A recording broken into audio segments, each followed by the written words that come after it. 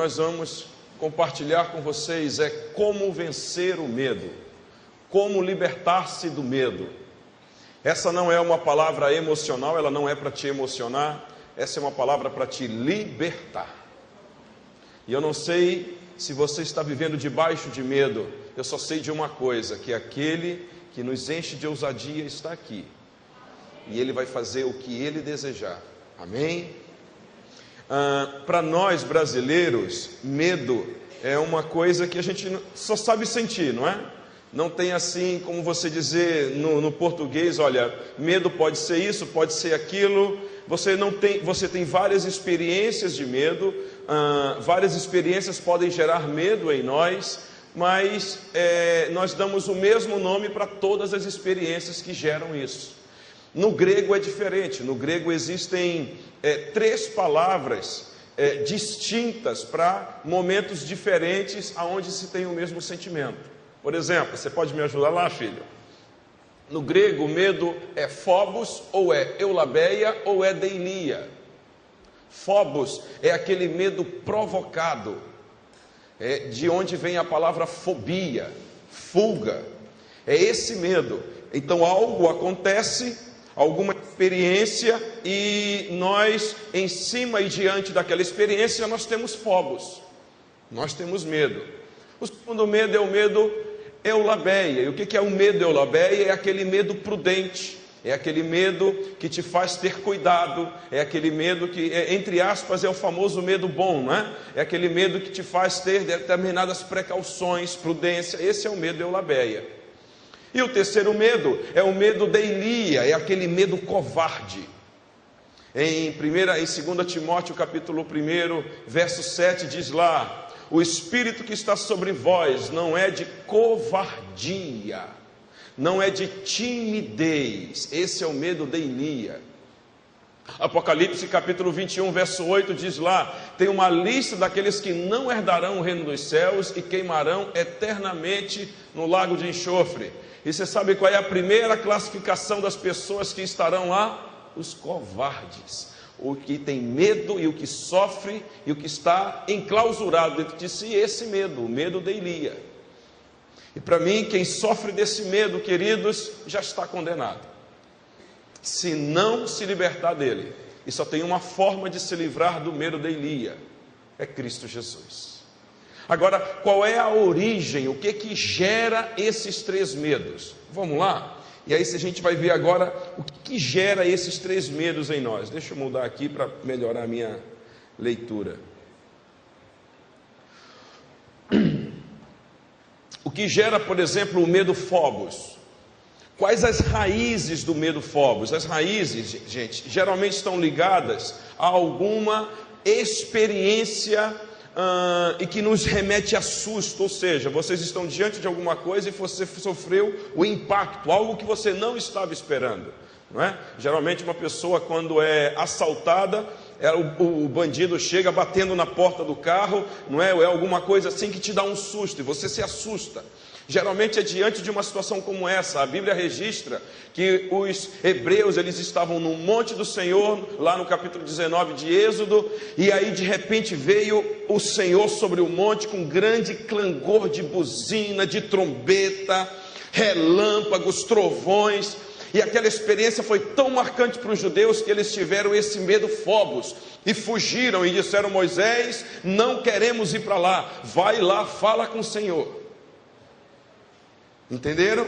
Foi esse medo que lá em Hebreus capítulo 9, se eu não me engano, o próprio Moisés, capítulo 4, Moisés diz que ele teve, que a Bíblia diz que Moisés se tremeu de tanto medo, pela presença do Senhor. Agora, o que mais gera esse medo? Esse medo ele também é gerado por experiências negativas. Em que sentido? Geralmente em uma situação onde te contaram uma mentira e você acreditou como verdade. Todas as mentiras que são contadas a nós durante anos e que passamos a acreditar como verdades, de um jeito ou de outro, isso vai acabar gerando medo no nosso coração. Outra situação que gera medo é uma verdade que foi contada como verdade, mas nós não acreditamos, ainda acreditamos que aquela verdade é uma mentira. Isso gera medo no nosso coração. Porque te contaram algo e você não acreditou e você ainda continua na dúvida. A dúvida, ela é fonte para medo e fonte para incredulidade. Uma outra coisa que gera em nós esse medo phobos, queridos, é impressionante. Pessoas que vivem em crises pessoais, crises emocionais. Elas são carregadas por esse medo. E a gente vai ver daqui a pouco um homem de Deus que era influenciado por esse medo. O medo eulabélia é diferente. O medo eulabélia é aquele medo aonde você tem, mas de verdades acreditadas, não é? O temor do Senhor, o princípio da sabedoria é o temor ao Senhor. Então é aquele medo que te faz temer, é aquele medo que te faz respeitar, é aquele medo que te faz ter cuidado. Uma experiência que você tem te faz gerar esse medo prudente. Por exemplo, você está numa autoestrada a 130, 140 quilômetros correndo para chegar ao seu destino, e aí de repente você vê uma movimentação adiante e tem lá um acidente que acabou de acontecer, né? Um carro atropelou uma moto, tem um corpo estendido no chão, saindo sangue, e aí você passa devagarzinho, olha aquela cena. Eu te garanto que nos próximos 50 quilômetros você vai a 80. O que é isso? É aquele medo prudente que gerou no teu coração. Peraí, por que a gente não atravessa na Almirante Barroso no momento de pico no sinal verde? Pela prudência, pelo medo eulabélia. É esse aí, ele é positivo, ele é bom, não é? As tuas verdades, Senhor, eu guardei no meu coração para não pecar contra ti. O que nos evita pecar contra o Senhor? É esse medo, o medo eulabélia. E essas verdades nós acreditamos que ele é importante. E o medo deilia, que é esse medo covarde. Gente, geralmente o que gera o medo covarde, como eu falei ainda há pouco, é a completa ausência de Deus. É uma pessoa que está absolutamente sem fé, completamente sem fé. Ela tem esse medo deilia. E aí, eu queria compartilhar com vocês, na verdade, sobre como nós podemos identificar se dentro de nós existem raízes de um desses dois medos operando. O medo eulabélia, com certeza todos nós temos, e é importante. Mas será que dentro de nós existe esse medo phobos operando de maneira errada, de maneira negativa? Será que existe dentro de nós esse medo deilia agindo? Quais as raízes disso e como é que a gente pode identificar? E eu queria que você abrisse a Bíblia junto comigo lá em 1 Reis. E nós vamos ver através da vida de um homem ou de alguns personagens na história, a gente vai passear pela Bíblia hoje, em que manifestaram isso. E depois nós vamos ver como podemos nos libertar desses medos, amém? 1 Reis capítulo 19, vamos ler os primeiros 4 versos.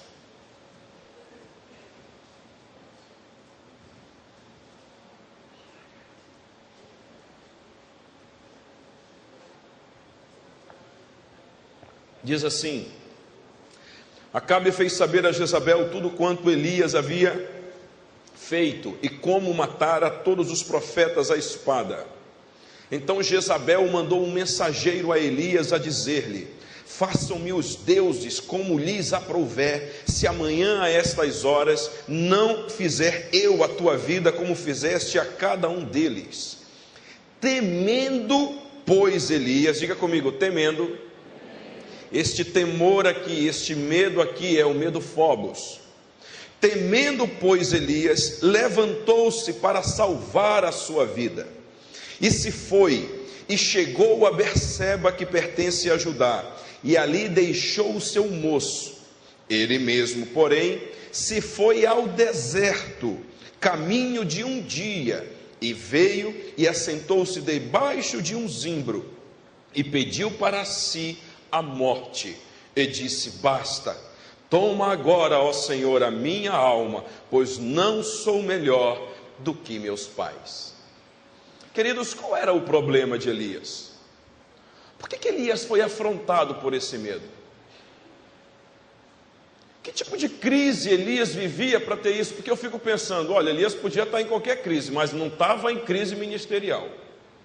O homem era um profeta de sucesso, usado pelo Espírito Santo, O homem já tinha sido anúncios de que ele seria arrebatado.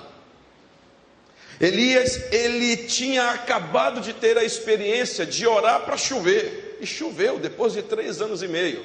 Detalhe, foi ele também que orou para não chover. Olha, será que Deus ouvia as orações desse homem? A Bíblia diz lá em Tiago 5, que foi Elias que orou ao Senhor para que não chovesse.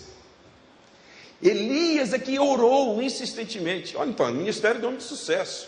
Ele tinha acabado de orar para Deus mandar fogo do céu e consumir. Fogo sobrenaturalmente desceu do céu e consumiu o sacrifício. Então ele não tinha problema de ministério. Será que ele tinha problema de necessidades pessoais? Eu diria que não, meu irmão. Ele tinha acabado de vir, de ser alimentado com picanha pelos corvos. Não tinha problema de comida. Estava lá sendo cuidado pela viúva de Sarepta. Não tinha nenhum problema. Aonde era então que se repousava a crise de Elias? Pessoal. Elias estava vivendo uma crise emocional. Elias estava com sucesso no ministério, com sucesso, mas sabe gente, tem pessoas que parece que estão bem em todas as áreas da vida dela. Estão bem profissionalmente, estão bem no casamento. Deus já deu tudo para elas, mas elas entram em crise. Elas não conseguem ficar satisfeitas com o que têm. E acabam fazendo biquinho como Elias fez. Você viu só como ele fez biquinho? Ele foi para o deserto, chegou no deserto, e lá no deserto disse: olha, não adianta mais a minha vida, Senhor, tira a minha vida. Eu não entendo, se ele queria morrer, por que ele não ficou lá? Ele já tinha promessa de morte. Por que ele teve que ir para o deserto para pedir para morrer? Sabe por quê? Ele não queria morrer, na verdade. Era vitimização. Quem sofre de medo fogo, geralmente se faz de vítima. Geralmente tem atitudes de vítima. Queridos, enquanto nós não resolvermos as nossas situações pessoais e entender quem nós somos em Cristo Jesus, a gente vai ficar suscetível a isso. E para onde Elias foi? Para o deserto. Você quer ver um sinal de pessoas que estão em crises pessoais? Elas vão para o deserto. Presta atenção. Deserto é um lugar que nós aprendemos que é de provação, sim ou não? É um lugar de provação, é um lugar de crescimento, mas presta atenção, é o deserto em que Deus envia você. Uma coisa é Deus te mandar para o deserto, outra coisa é você querer ir para o deserto.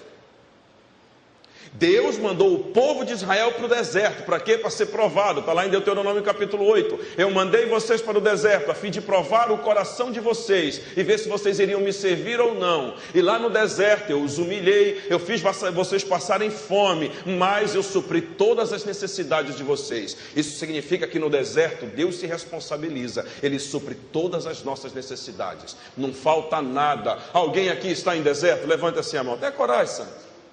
Falta alguma coisa? Nos 45 minutos do segundo tempo não chega o recurso, a provisão? Deserto é lugar de nós vermos se de fato Deus é o nosso Senhor. E se a nossa confiança está nele. É lá no deserto em que Deus olha para o nosso coração e vê se a nossa fonte de fato é Ele. Porque às vezes quando a coisa está boa, está tudo bem, está tudo ótimo, Deus diz: peraí, deixa eu ver se esse cara está confiando em mim mesmo ou não. E aí ele leva para o deserto a gente. Mas presta atenção, aqui não foi o caso de Elias. Aqui não foi o caso de Elias. Elias é que quis ir para o deserto. E impressionante, quando nós vamos para o deserto por nossa própria conta e risco, a gente percebe que a gente fez besteira. A gente percebe que estamos no lugar errado. Porque deserto, quando eu vou por minha própria conta de risco, uma outra coisa acontece. Ele se torna lugar de tormento. Se torna lugar de sofrimento. Presta atenção para cá. O texto que eu e você lemos lá em 1 João diz lá: antes o perfeito amor ele lança fora todo o medo, porque o medo produz tormento. Gente, uma pessoa no deserto por sua própria conta e risco, ela vive atormentada.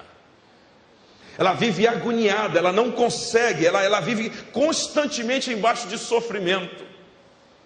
Ei, querido, deixa eu te dizer uma coisa: Jesus Cristo não nos chamou para sofrer. Se você está sofrendo, você está no lugar errado no reino.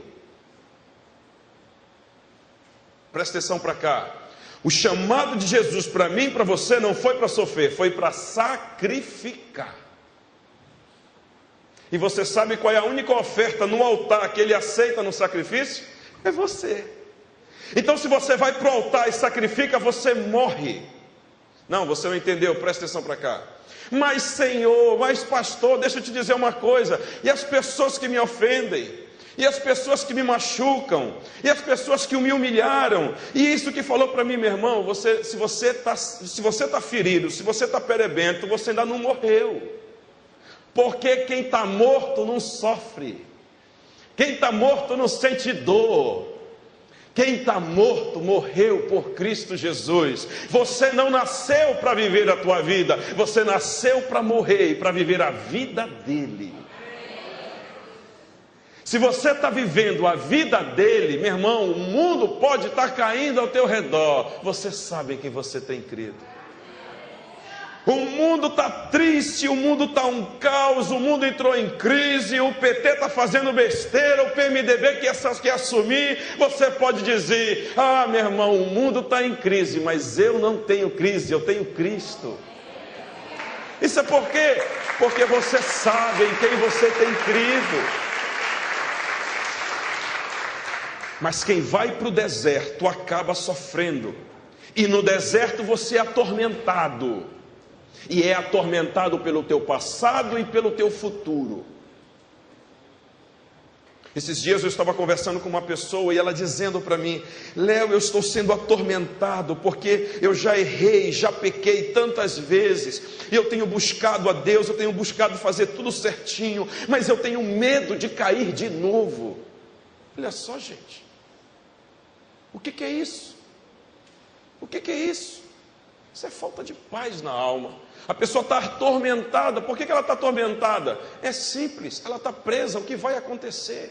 Ela está sofrendo. Geralmente, pessoas que se preocupam com o que vai acontecer no futuro é porque tem problemas com a sua autoimagem. Ficam preocupadas com o que vão pensar dele. Aí o que acontece? Ele tem medo de errar, medo de pecar, e é um medo fobos. Porque ele pensa que ele tem que obedecer a Deus pela lei. Não, não é mais pela lei, é pela graça. Nenhuma condenação há para aqueles que estão em Cristo Jesus.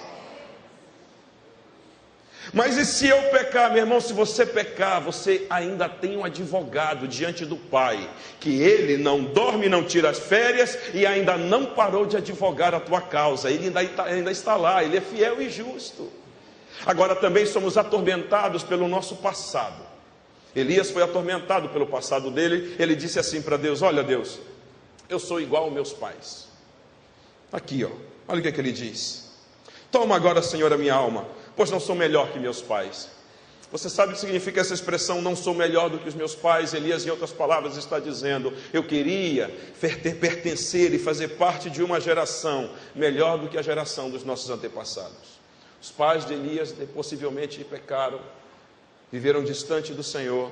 E Elias então fez um voto, um compromisso com Deus: não, comigo vai ser diferente. Eu vou exercer um princípio de temer ao Senhor, de fazer a vontade dele, de buscar o Senhor de manhã, de tarde, de noite. E Elias entra no deserto e ele diz: não, o passado afrontando ele, lembranças do que aconteceu com ele, lembrança dos pais, e ele se nivela e se iguala a seus pais e diz: eu não sou melhor do que eles, eu sou a mesma coisa que eles. E eu me lembro quando Jesus Cristo, no capítulo 14, verso 1 de João, ele chega com os discípulos antes de subir e diz assim: não turbem os vossos corações. Na casa de meu pai há muita morada. Se não fosse assim, eu não teria dito para vocês: eu vou preparar lugar. Ei, querido, deixa eu te dizer uma coisa, não importa como foi as tuas crises do passado, deixa eu te dizer uma coisa, Ele está fazendo casa para você. Você vai morar lá. Não fique mais preso no passado.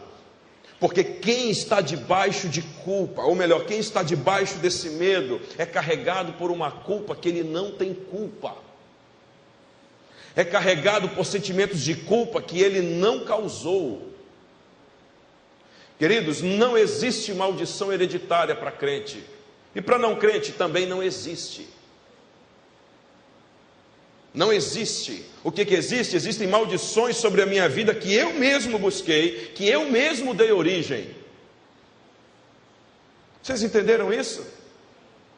Não existe maldição dos teus pais sobre você. Os pecados dos teus pais foram os pecados dos teus pais. Se você está pecando, a responsabilidade é sua. Então, se eu pequei, o que eu tenho que fazer? Eu tenho que me arrepender e pedir perdão. O problema é que muitas pessoas vivem debaixo dessa mentira que foi contada como verdade. Tem pessoas que até hoje se culpam lá no fundo pela separação dos pais. Não, eu acho que fui eu que causei a separação dos meus pais. Tem pessoas que já vieram dentro de casa com uma ditadura, eu digo ditadura do medo dentro da própria casa. O pai e a mãe chegam com ele e dizem: olha, eu não me formei por tua causa, viu? Eu abandonei as escolas por tua causa. Olha, eu fiz isso por tua causa, viu? Olha, eu não consegui crescer por tua causa. Olha, se eu não me formei, tu tem que fazer medicina, porque eu não fiz medicina por tua causa. Eu fui trabalhar de noite como taxista por tua causa. Lança sobre o coração dos filhos um medo e uma culpa que eles não têm, queridos. Não aceite mentira do cão. Vocês entenderam isso? Agora, aquilo que você fez, depois que você se arrependeu, pediu perdão, já era, irmão. Está perdoado. Não existe nenhuma transgressão que você possa ter cometido, que o sangue de Jesus não possa ter te purificado. Tem pessoas que ficam presos ao que fizeram no passado e condenados por um sentimento de culpa. Não, meu irmão. Eu digo para a Rosana, minha filha, a gente já tem quase 18 anos de casado, eu digo: minha filha, olha, se um dia bater na porta da nossa casa uma jovem senhora ou uma senhora com um jovem de 18, 19 anos, dizendo: olha, esse aqui é filho do Léo, pode deixar entrar, pode ser verdade mesmo. Errei muito, falhei muito, pisei na bola muito, mas o que eu faço, meu irmão? Eu prossigo para o alvo, porque eu sei quem eu sou em Cristo Jesus. Vocês entenderam isso? Uma outra coisa que a gente observa e que acontece muito com as pessoas que estão debaixo desse medo phobos é a ansiedade. Abra lá comigo em Marcos capítulo 4.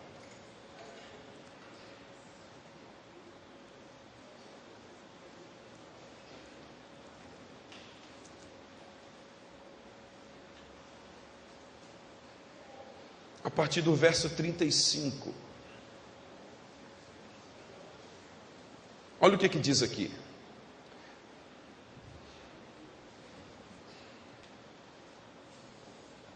Naquele dia, sendo já tarde, disse-lhe Jesus: passemos para outra margem. E eles, despedindo a multidão, o levaram assim como estava no barco. E outros barcos o seguiam. Ora, levantou-se grande temporal de vento, e as ondas se arremessavam contra o barco, de modo que o mesmo já estava a encher-se de água. E Jesus estava na polpa, dormindo sobre o travesseiro. Oh, coisa boa! Diga comigo, travesseiro, maciozinho, na altura certa. E eles o despertaram e lhe disseram: mestre, não te importa que pereçamos?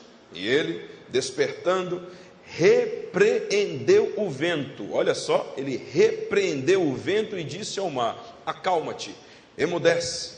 O vento se aquietou e fez-se grande bonança. Então lhes disse: por que sois assim tímidos? Como é que não tendes fé? E eles, possuídos de grande temor, diziam uns aos outros: quem é este que até o vento e o mar lhe obedecem? Este medo que você está vendo aqui, possuídos de medo. Ou seja, Jesus disse: por que vocês são tão tímidos? Por que vocês são covardes? Por que vocês têm em si um medo de Elia? Você sabe o que acontece muitas vezes para esse medo estar operando em nós, queridos? É porque nos falta confiança. Quando eu leio esse texto, e você precisa ler o contexto para entender o que Jesus está querendo dizer aqui. Jesus disse assim: olha, passemos para o outro lado. Você sabe o que esperava já do outro lado? Jesus tinha recebido um convite para ir até Gadara, porque em Gadara tinham 2 endemoniados, cheios do cão, aonde não se tinha nome do demônio fixo, porque eram tantos e deram o nome de legião. E Jesus já sabia o que ia acontecer lá, e já sabia o que iria acontecer. Então o que ele disse? Vamos para o outro lado. Gente, Jesus já tinha tanta certeza e tanta convicção de que ele iria chegar do outro lado e que iria vencer a guerra, que você sabe o que ele foi fazer? Ele foi dormir. Agora, tem gente que diz assim: não, pastor, será que ele não pegou no sono rapidinho, com o barulho do barco, o movimento, acabou pegando um sono lá na popa? Não, tem um travesseiro. Travesseiro me fala que ele deitou propositadamente para dormir. Ei, meninos, leve um barco para o outro lado enquanto eu tiro um cochilo. Água entrando, saindo do barco, e Jesus lá, talvez sonhando com o Pai. Estava lá. E os discípulos desesperados. Gente, uma coisa que nos deixa desesperados é a ansiedade. E você sabe o que causa muitas vezes ansiedade? É simples, é porque eu esqueci do que ele me disse. A Bíblia diz: não andeis ansiosos por coisa alguma, com o que haveis de comer, o que haveis de vestir. Queridos, se Deus já te deu uma palavra, confie nessa palavra e viva nela. Não, você não entendeu, presta atenção para cá. Tem gente que vive correndo atrás de casa de profeta. É profeta de manhã, é profeta de tarde, é oração de manhã, oração de tarde, e ele quer uma revelação, um revelamento. Jesus me diz alguma coisa, e ele de manhã cedo abre a Bíblia: Senhor, por favor, fala comigo, o Senhor conhece a minha causa. Genealogia de Sete. Ô Senhor, de tarde ele abre: Jesus, por favor, fala comigo a minha causa.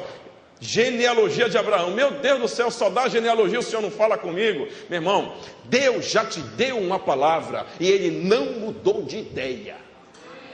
Ele não é homem para que minta, nem filho do homem para que mude de ideia. Se Ele já te disse que vai cuidar de você, então acredita, santo.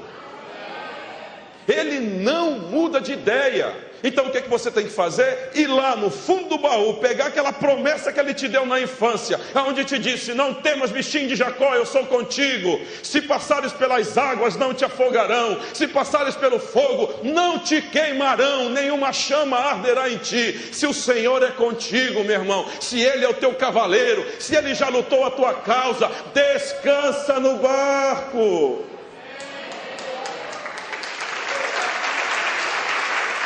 Precisa ficar ansioso, senhor. Eu quero casar, eu quero casar, eu quero casar. Eu quero me formar, eu quero me formar. Eu quero ter dinheiro. Eu estou preocupado com o futuro. O que é que vai ser de mim? A minha aposentadoria. Relaxa, santo. Relaxa, descansa nele. Olha, tem lutas que a gente enfrenta e que são espirituais. Essa aqui é uma. Presta atenção o que é que diz aqui. Aqui diz assim, ó: e repreendeu Jesus o vento. Quando Jesus usa essa expressão repreendeu, isso significa que era uma forma que Satanás estava tentando encontrar na verdade, para impedir a chegada do barco lá.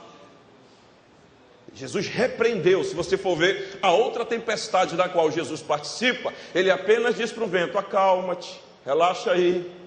Mas aqui não, ele está repreendendo o vento. Isso significa que tinha força maligna agindo ali naquele cenário. Entendeu? Pastor, e quando tiver demônio agindo, descansa na promessa. Pastor, e quando tiver forte a briga, descansa na promessa. Jesus, quando sai, nem fala com os discípulos. Jesus levanta, acorda, vai lá, repreendeu o vento, te acalma aí, mar, e volta para os discípulos. Por que vocês são homens de pequena fé? Por que vocês são tão tímidos? Jesus está dizendo: não sejam medrosos, não se deixem influenciar pelos demônios que geram esse medo de Elia no teu coração. Creia na promessa, fique firme no que eu já te disse. É isso que Jesus está querendo dizer, filho. Mas pastor, e se o barco afunda, ele te ajuda a nadar? E se eu me afogo, Ele manda um peixe te pegar e te leva para o outro lado, porque se Ele diz que vai te levar, Ele vai te levar, creia. Aleluia.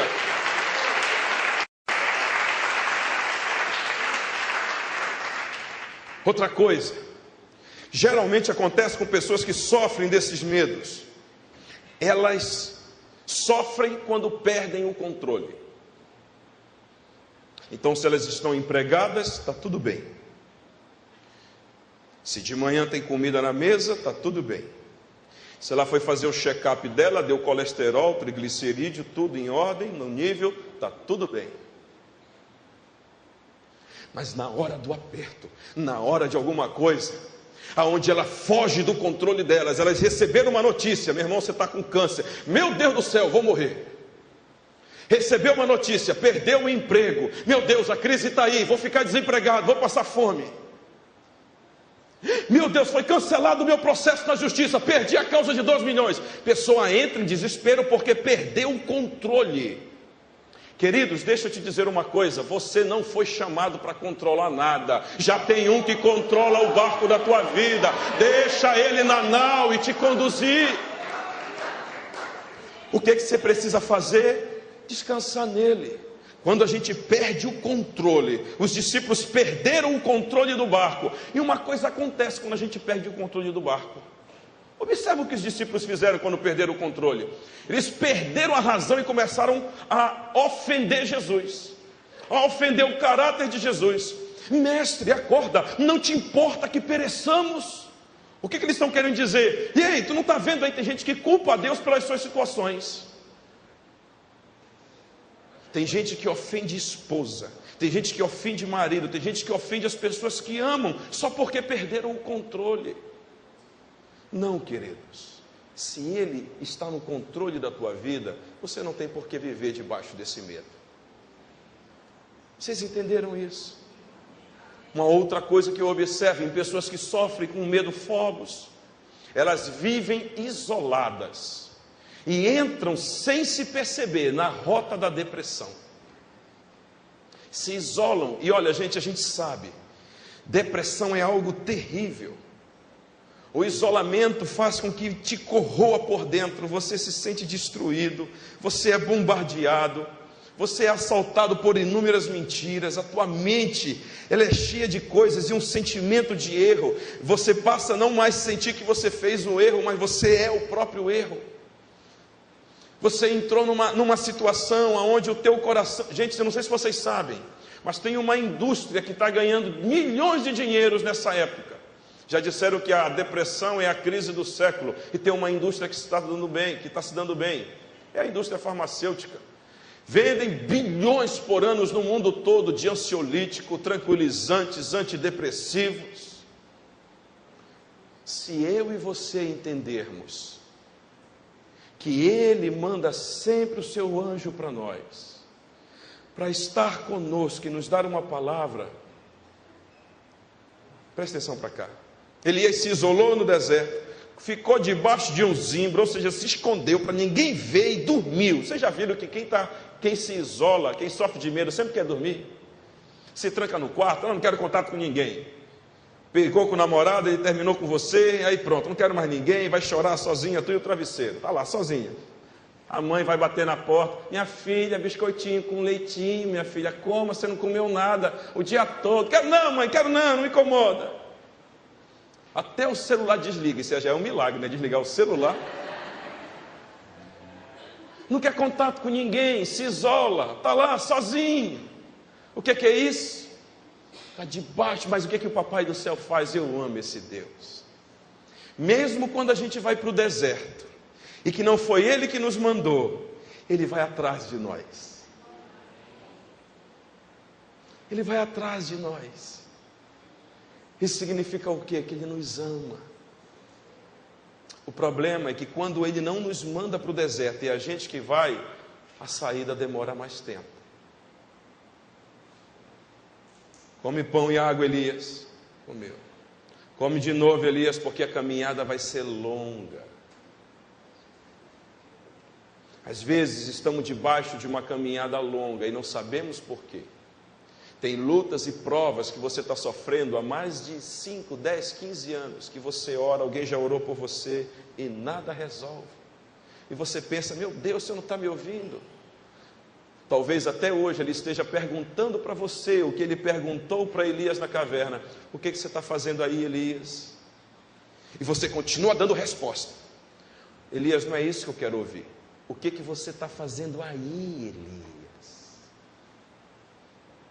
É aquela mulher que quer me matar, eu guardei a tua palavra, eu fiz isso, eu fui o único que não me desviei dos teus caminhos, e você fica com um monte de argumentos, justificativa para ele. Aí a voz vem suave, o que você está fazendo aí, Elias? Queridos, enquanto você não tiver a atitude certa, você não vai sair de lá. Pastor, pelo amor de Deus, me ensina logo como é que eu faço para sair dessa raiz, de me libertar do medo. Primeira coisa que você precisa fazer. Eu acho que aqui começa a forma ideal para que você saia, é você dar a resposta certa a Deus. Como é que eu dou a resposta certa a Deus para essa pergunta, pastor? Fala a verdade. Fala a verdade. Seja sincero. Não mascare nada, seja transparente com Ele. Em outras palavras, assuma a tua humanidade. Tiago 5,17, você vai se impressionar com o que você vai ler agora. Olha lá. Tiago 5,17.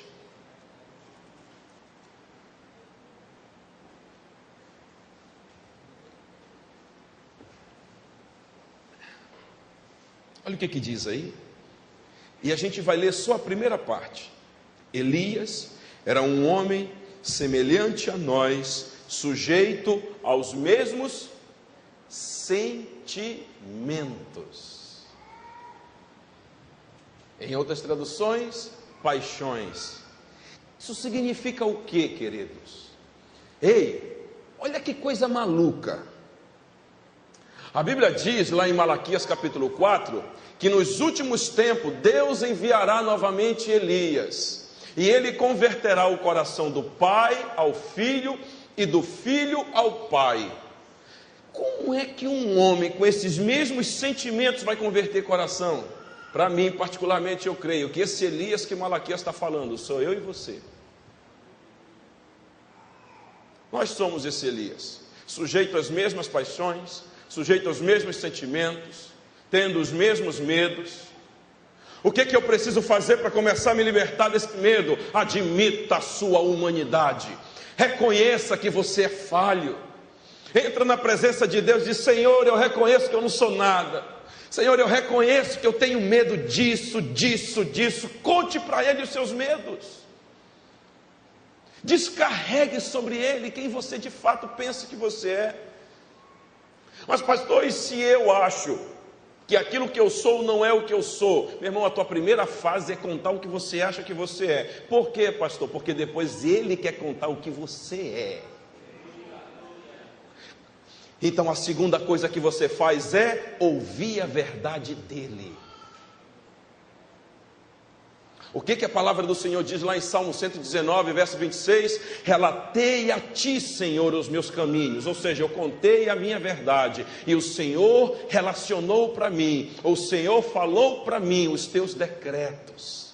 Isso significa, queridos, que enquanto você fala oração, não é você falar com Deus. Oração é Ele falar com você. Mas pastor, como é que eu faço para ouvir a Deus? Porque eu não ouço a Deus. Eu pergunto e Ele não responde. Ei, quem já passou por isso aqui? Não, eu pensei que só era eu. Aprenda hoje. Você precisa responder as respostas de Deus. Como é que é isso, pastor? Responder resposta de Deus. A Bíblia diz que Moisés estava no deserto, cuidando das ovelhas e do gado de Jetro. De repente, uma sarça ardente começou a queimar. E a Bíblia diz assim: e Moisés viu a sarça ardente, mas não se mexeu. De repente Moisés continua vendo e se move em direção à sarça ardente. E a Bíblia diz que só depois em que ele se moveu em direção à sarça ardente é que o anjo respondeu, ou melhor, é que o anjo falou. Às vezes você sabe o que tem que fazer, mas não faz, e quer resposta. Não, meu irmão, se você já está vendo um sinal de Deus, corre para lá, e Ele vai falar. Vocês entenderam isso? Pastor, mas na minha casa parece um deserto, como é que eu vou ouvir Deus no estilo de vida que eu estou levando? O negócio está feio lá em casa. Meu irmão, deixa eu te dizer uma coisa, transforme a tua casa num pedacinho do céu. Tem gente que olha para mim, pastor Delcio, pastor Bruno, diz assim, nossa, esses homens devem orar muito, nossa, esses homens devem viver no céu. Não, meu irmão, a gente vive aqui na terra mesmo. Qual é a diferença? É que a gente traz o céu para a terra. Pastor, como é que eu trago o céu para a terra? Muda o ambiente que você está vivendo. Como é que eu faço isso? Adão vivia no jardim, teve medo e pecou. Adão estava no jardim e pecou. Jesus Cristo estava no deserto e venceu. Quem faz o ambiente somos nós. O reino do céu, você por aqui, procura aqui, acolá e lá, e você nunca vai encontrar. O reino dos céus não está dentro dessas quatro paredes. O reino dos céus não está aqui em cima. O reino dos céus não está na igreja A, B ou C. O reino dos céus está dentro de você. E no dia em que você descobrir isso, onde você estiver, vai ser o pedacinho do céu. Vocês entenderam isso? Então fala a verdade para ele, conta a verdade para ele, e deixa ele contar para você a tua verdade. E você sabe qual é o melhor lugar para você ouvir a verdade de Deus? É lá dentro do teu quarto. Jesus ensina para mim e para você em Mateus capítulo 7, quando vocês forem falar com o Papai do céu, tranque a sua porta, e ele que está em secreto te ouvirá e te abençoará. Lá ele vai te abençoar com a verdade dele. Lá ele vai dizer quem você é. Vocês entenderam? Agora eu quero te preparar para o contra-ataque, porque o cão é sujo. Muitas pessoas vão para o encontro com Deus, vão para o reencontro, fazem veredas antigas, varadas antigas, mesmo faz de tudo. E aí logo depois, numa guerrazinha, numa situação diferente, já cai de novo. Já percebeu isso? Já se sente de novo cheio de medo, fogos por dentro. Não pode, santo. O que você tem que fazer? Tem que ser que nem os soldados do exército de Gideão. Quem? Os 300. Mas antes, espera aí, deixa eu abrir um parênteses aqui, ainda dá tempo. Lembra do exército de Gideão? Eram milhares lá, sim ou não? Mas Deus dividiu aquele exército em 3 partes. As 2 primeiras ele mandou embora e só ficou com a menor. A primeira parte que Deus mandou embora foram quem? Os medrosos. Todos os medrosos vão embora. Quem quer desistir, quem não quer aguentar o tranco, vai embora. Ei, meu irmão, você não foi chamado para ir embora. Mas enquanto você tiver com medo, fobos, você não vai guerrear. É fato isso. Segundo grupo que Deus mandou embora, sabe quem foi? E tem gente, pastor, deixa eu falar aquilo que estou lembrando aqui, Jesus está trazendo na mente. Tem gente que está na obra, está querendo fazer a obra de Deus, está trabalhando para Deus, estou fazendo a tua obra, mas está sofrendo, está cheio de trauma, cheio de medo. Ei, meu irmão, você não foi chamado para fazer a obra de Deus. Você não foi chamado para fazer a obra de Deus. Como é que é isso, pastor? Você foi chamado para viver a obra. Não é você que faz, é Ele que faz através de você. Se você está fazendo a obra de Deus e está se cansando, está se estressando, está agoniado, não está dando conta, é porque você está fazendo a tua obra. É porque você está fazendo talvez a obra de Deus, mas no teu nome, na tua força, na tua carne. E quando você faz na força do braço, você sofre e perde. Deus não te chamou para sofrer. E ainda que você sofra, o teu sofrimento ele tem que ser rápido, porque a vossa leve e momentânea tribulação não passará muito tempo, será curta, para que venha um peso de glória sobre você. Vocês entenderam isso? Ok, vamos lá. E qual foi o exército que foi embora depois? Que Deus mandou embora? Aqueles que tomavam água, que nem animais. Você sabe o que era um exército tomando água que nem animais? Era um exército cheio de autoconfiança. Não, meu irmão, eu estou aqui, eu vou guerrear, vou vencer. Não preciso me preparar, não. Não preciso estar alerta, não. Eu sei quem eu sou, já ganhei uma guerra, 1, 2, 3, 4 guerras. Eu vou vencer. Aí ele... Autoconfiança. Se você sofre de autoconfiança, de soberba e de orgulho, você não está pronto para ir para a guerra. Quem é que fica? Quem é que fica? Aqueles que estão com a espada na mão e tomando água. Isso me fala do medo eulabeia, medo prudente. Espera aí, eu estou com a espada na mão, mas se o inimigo vier, vape. Se o inimigo aparecer, vape. Palavra, qual é a palavra, qual é a espada que você tem, filho? É essa daqui. Você sabia que tem gente que lê, mas não vive? Você sabia que tem gente que lê, mas não usa? Lembra de Jesus, quando estava no deserto? Foi tentado, Satanás disse para ele: se és filho de Deus, manda que essas pedras se transformem em pão. O que foi que Jesus disse? O Senhor é o meu pastor e nada me faltará. Foi isso que ele respondeu, santo? Não, ele pegou a palavra exata e enfiou no lugar exato. Toma, Satanás. Entendeu? O que Jesus está querendo dizer ali? Ei, Satanás, tu não estás entendendo. A igreja é a pedra e eu sou o pão. Igreja nunca pode ser pão. Ei, você não é pão de ninguém. Não deixa ninguém sugar a tua vida, porque já tem alguém que deu a vida por ele.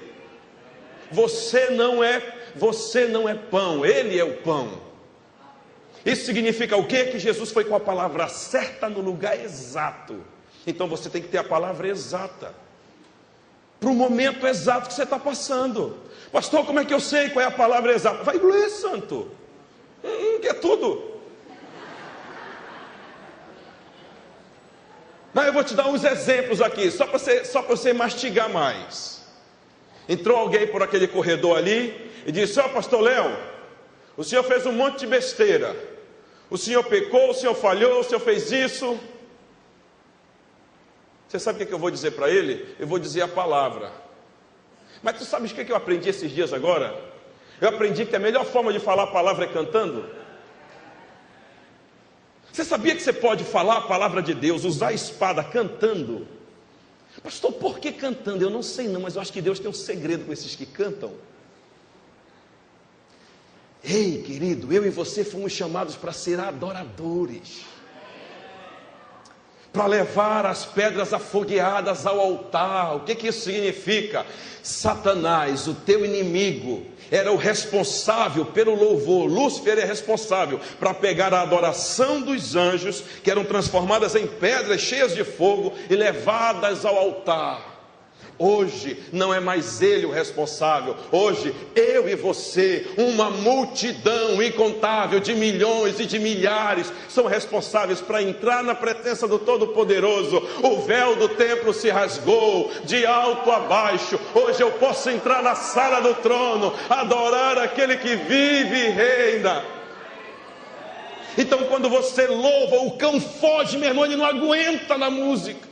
Ele não aguenta o louvor sincero, ainda mais o louvor com a palavra.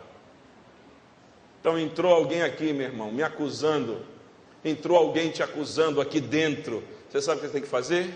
Dizer: é verdade, eu fiz tudo isso. Só tem uma diferença. Quando Jesus estendeu a sua mão, quando ele estendeu sua mão para mim, eu era pobre, perdido, sem Deus, sem Jesus. Quando ele estendeu sua mão para mim. Para, eu não posso ouvir isso. Ele vai embora. Dia seguinte ele vem de novo tentar. Aí ele vem dizer: olha, tu vai morrer. Vai morrer. Tem gente que tem medo da morte. Vocês já viram isso? Recebeu um laudo negativo, vai morrer. Tem alguma enfermidade, meu Deus do céu, alguma coisa está acontecendo, vai perder. Você mete a palavra cantada nele, querido. Porque ele vive, posso crer no amanhã. Porque ele vive, temor não há. E aí você diz para ele assim: porque eu bem sei, mas eu bem sei, eu sei que a minha vida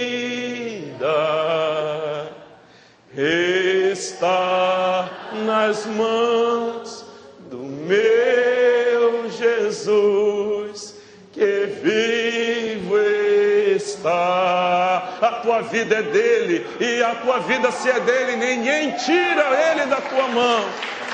Ninguém pode tirar você da mão dele. Ninguém pode arrebatar você da mão dele. Você entendeu isso? Pastor, às vezes eu acordo sem paz na alma. Às vezes eu acordo aflito, agoniado com alguma coisa, eu nem sei nem o que é. Meu irmão, não precisa nem saber o que é, mas meter a palavra no cão. Essa paz que eu sinto em minha alma. Vai direto, querido, vai cantando a palavra, vai falando a palavra, vai profetizando a palavra, vai vencendo de glória em glória, até alcançar a estatura de varão perfeito. Aleluia! Fique em pé em nome de Jesus. Aleluia. Para concluir, eu quero fechar com um texto que nós abrimos. O perfeito amor lança fora todo o medo. Como você faz para vencer os medos? Vai para a presença dele. Vai abastecer-se do amor dele. Como é que eu me abasteço do amor dele? Você pode fazer isso de duas formas. Primeira, Deus colocou canais perto de você. Deus colocou teus filhos, teus pais, teus discipuladores. Deus colocou a igreja perto de você. Não se isole. Enfrente o medo. Como? No amor do Pai. Receba o amor de Deus através das pessoas. Ou então, vai direto, buscar a Ele.